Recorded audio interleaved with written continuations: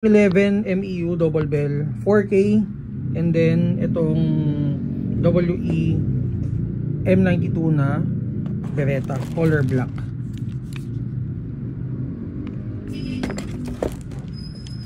Shoutout kay boss Jervin.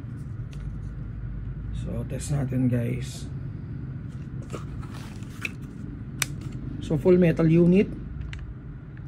Nag-test din ako kanina nito. Check nyo na lang sa ano natin, videos natin.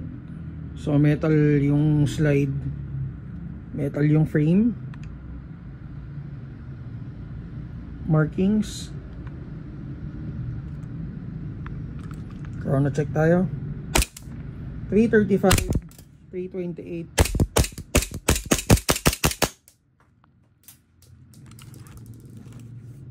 Then yung M92 348.